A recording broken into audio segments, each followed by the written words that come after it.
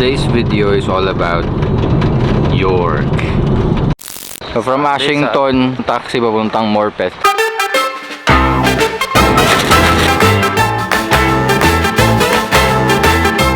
Tapos Morpeth papuntang York.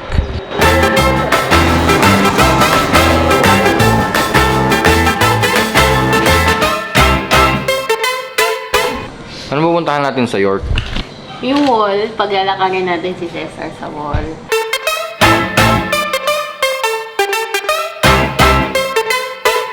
Sinusubukan lang namin lakarin yung wall kasi yung city wall ng York, nakapalibot lang siya sa sa York.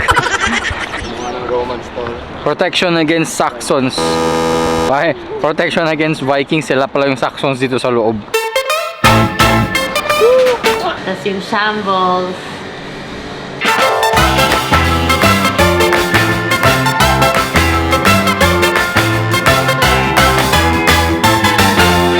Yung magkalapit na yan, minsan daw kaya mag-handshake from both windows.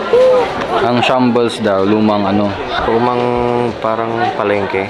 meat market. Ito yung mga sabitan ng mga hayop na. Dito puro dugo yan, no? Dugo ng mga hayop. Kilala din pala ang York sa sa mga ghosts, So sabi ni Google, may reputation daw ang York na isa sa pinaka-haunted na cities sa Europe, Europe daw. Ang haba ng pila para sa ghost merchants. Yung ghost yata, patay na yata yung titinda eh. Ang cute oh. Masarap yung baw nila, Sarap na.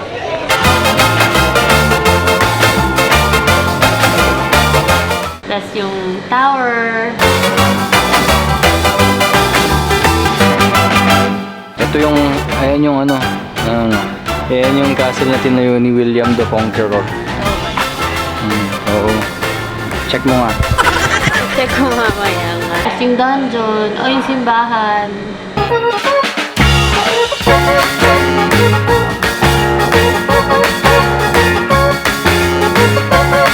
Ang isa sa maganda dito sa York, pwede mong lakarin lahat ng mga sceneries nila, Lahat ng pwede mong bisitahin dito sa lugar nila. Malalakad mo lang o kung gusto mo mag-bike ka.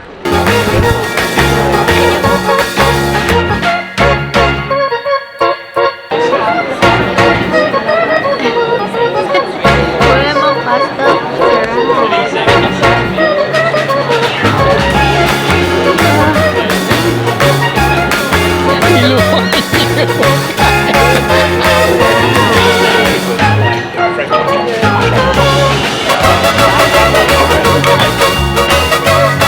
Pag pumunta kayo dito sa York, totally recommended yung The York Dungeons.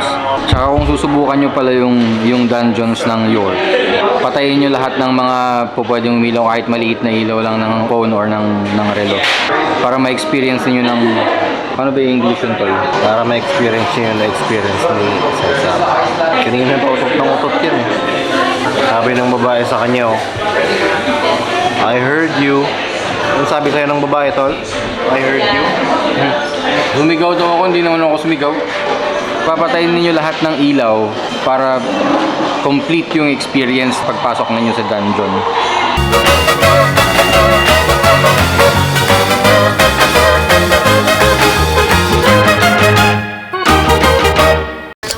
Yun lang po yung York. Good night.